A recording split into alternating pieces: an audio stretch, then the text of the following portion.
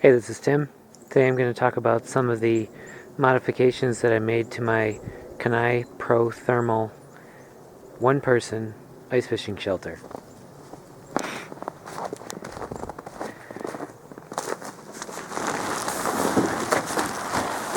The first thing I did, which was one of the things that I considered most important, was something that I feel is going to make this shelter a lot more user-friendly, and that is to put the chair on a swivel mount.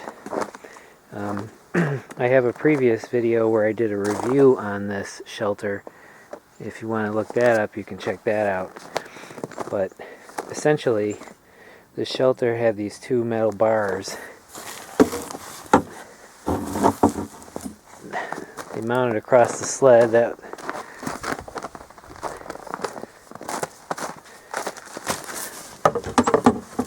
They essentially mounted across the sled like this. And these bars are they're pretty heavy. The total weight of the shelter is about 48 pounds, and these bars, they probably weigh, I don't know, the two of them together probably weigh about, I don't know, about 10 pounds, and so they do add a little bit of weight to the shelter. And the way it was designed, this seat was initially just sitting on top of those bars with a couple of like plastic straps on the bottom, and then the seat could slide back and forth on these bars, and that's all it could do. It couldn't swivel, and it couldn't like do anything else. And the other thing about these bars is the way that they were positioned. They were such that they were close enough together that you couldn't fit a 5-gallon bucket in here anywhere. You could kind of fit it on this side. It would fit down in here because the seat was a little bit off center, but the bucket, because of the indent in the floor down there, the bucket could not sit flat in that location. So you had to either, I don't know, put something in those grooves in the bottom, those channels, to build it up flat so your butt could sit flat, or you had to just sit there with your bucket on an angle. A 5-gallon bucket didn't fit anywhere else in the sled. So because of the weight and because of the fact that it was nice to be able to push the seat back and forth and whatnot to kind of get underneath it and get it out of the way, but with it not swiveling, in order to get stuff out of the back, you had to push this seat back down, fold it down, and then you had to stand up and kind of reach down in here while you're in the shelter to get things out, and of course the seat would be in your way the entire time. So I decided I really needed to do something about that to make it a little more user-friendly. So I took the bars out. Just 1 second here.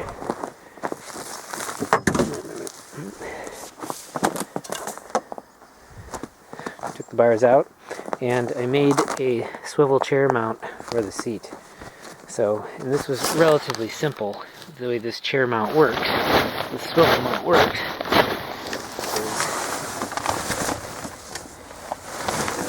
if you can see it here, I just made a wooden platform out of plywood and some 2x2s, and that holds up the platform. So the plywood platform is simply screwed to the top and the front of the sled, and the 2x2 angle braces are I just drilled holes through the sled, and I put screws through into those angle braces, and I put fender washers with gasket material underneath the screws so that they don't leak. So once I did that, and I just went and I just bought a Lazy Susan swivel hinge from the hardware store.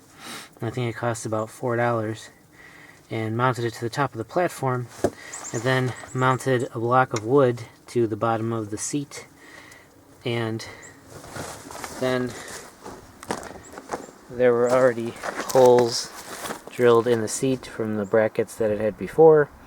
There's also holes in this seat. I think if you want to add a cushion, you can do that. So I just used the pre-drilled holes and just screwed down into that block. Now, there's a couple things when you're doing this, there's a little bit of water down in here, but because I used it yesterday to go fishing, so I got some snow in it.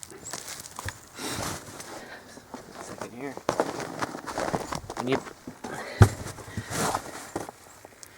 When you buy these,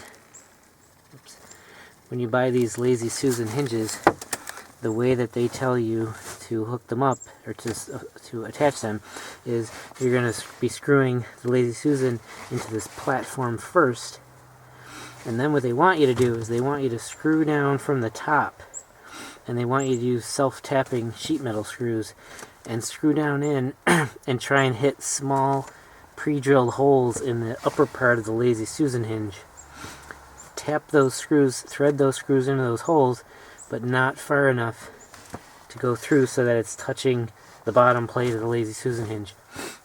I didn't like the idea of that because I needed to go down through a wooden block, and just the idea of having screws like that coming down through and doing it that way, it's more for when you're trying to do it, use it for an application where it might have to look nice, maybe it's like furniture or something, or cabinetry, so you kind of want everything concealed. I didn't care about that, so all I did was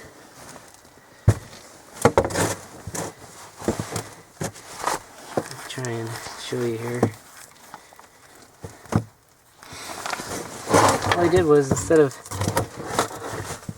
I bolted the Lazy Susan hinge down to the platform, and then I just drilled a hole up through the platform. See that? Where the drill point, the screw bit can fit up through it. So then I could just literally just put the screws right up through the holes in the Lazy Susan hinge and into the block. So then the block is held nice and firm to that hinge. And that hinge weighs, it supposedly holds 400 pounds, so it's more than enough to handle my weight and sitting in it. So what happened was I did all that. I made the platform, I put in the angle braces, I went and I sat down in it, and this whole front of the sled started bowing inward. I think that's because those metal bars that I took out, because they go from one end of the sled to the other, they actually do provide a little bit of structural support for the tub of the sled to support the seat. So once I realized that that was bending the front, of the sled, I decided to put this block in here for a brace, and that kind of supports more of the weight pushing downward. It's in compression. This block down here is screwed to the brace, but I didn't actually screw it through the bottom of the sled or anything. It's just sitting there in between the grooves, so it doesn't really go anywhere. And so that actually supports most of the weight of the chair. So now, now I've got a nice swivel seat that can spin wherever. And when I've got to get, if I'm in the sled, if I'm in the shelter, and I've got to get something out of the back, I can either sit and swivel around and grab stuff, or something I more commonly do is I kneel on the chair, but I turn it sideways, so that now at least the back of the chair is not in the way for me getting stuff. So I think that worked well. I've used it a couple times already, and it's comfortable, and I have room now. I can, without those bars in the way, I can put buckets in here, and I can have stuff sticking up, and there's all kinds of things that possibilities that it opened up for me not having it. I might have saved a little bit of weight. The wood wasn't quite as light as I had hoped, but if the bars are 10 pounds, all this wooden stuff might be like 7 pounds or something, I don't know. So it might be about a wash, but given that it's more convenient now, I like it much better. So, let me show you one of the other things I did. Because this shelter, you flip this up, and it's a little, I used it yesterday and it got a lot of snow and it's a little frozen. So you flip this up. Open some windows here. Right in. So you flip this up, and you're sitting in the chair, and you know, you've got your hole right here, and you might have a bucket there. I usually have the bucket sitting there with the flasher on it, but it didn't leave me a lot of room for to have a heater in here, and I really like having a heater in here. It makes it nice. I'd put the heater on the floor down the corner, and I had one time where I lifted a lure out of the water, and the line swung over that way, and the line hit the grate on the front of the heater, and it melted the line, and the lure dropped down to the ice. So not only having to retie the lure, but if I had had a fish on there, I might have lost him. So there's not a lot of room in there. You know, you can't push it way back against the fabric, so you got to kind of keep it out away from it, and it makes for a little tight, because this is only a one-person shelter. I think this is only like 11 square feet or something. So it's made to be mobile, so it's made like that. But so I needed a way to try and get this heater out of the way so I could still use it. So I thought I would try and look for a way to put it actually in the tub of the shelter. So that's exactly what I did, and I'm going to show you here. Okay, so I'm going to go get the heater. I'll open this up too. Give me a little more light.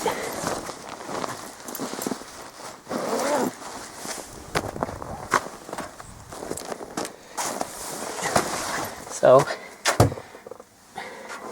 I did was, and I happen to have one of these buddy heaters. It's the smaller buddy heater.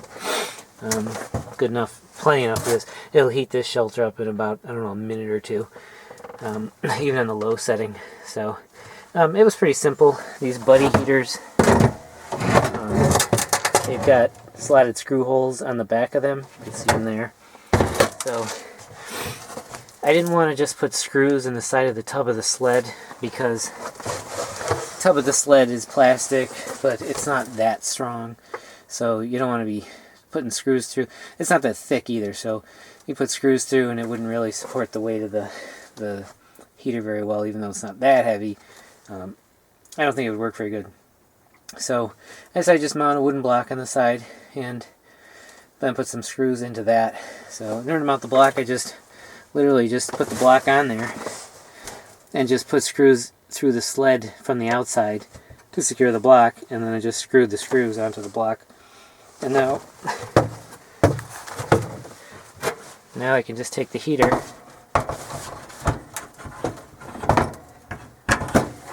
there, and it just hangs on those screws. So once you have it on there, I just leave it on there. I hang it there, and I transport it that way to go out into the ice.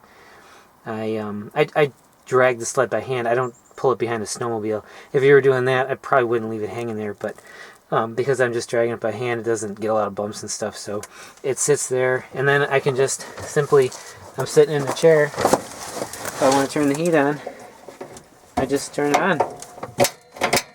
Now, this is actually an empty propane bottle I'm doing this with, so it won't light, but I just turn it on, let it run for a little while, and when it gets too hot, turn it off, turn around, turn it off. And I just leave it there to cool down before I flip the shelter back over. And I did, felt the fabric up in here, and it got a little warm, but it didn't get hot enough that I had to worry about anything. And as long as I take and I just push most of my stuff, like sometimes I'll lay my jacket and my backpack or something down in here, and anything that's flammable, I just kind of push over to this side of the sled, and it's far enough away. These heaters are designed so they don't really get, they don't get hot around the edges anywhere. The grill gets really hot, but even this up here, this doesn't get hot. Nothing around here does. Even the bottom down there, that doesn't get hot. So this is really the only, and so because of that, as soon as they're off, they cool off really quickly too. So I'll turn this off a few minutes before I'm getting ready to move, and it'll be cooled off enough that I can push my stuff back over and get it organized the way I like. So that worked out really well. I've actually used it that way a couple times, and you know, that's a simple way to mount a heater in a sled that has proven to be really effective. And finally, the other simple modification I made was something relatively easy. Is I just took a ruler and I just put inch increment measurements up the side of one of the U-poles that supports the shelter shell.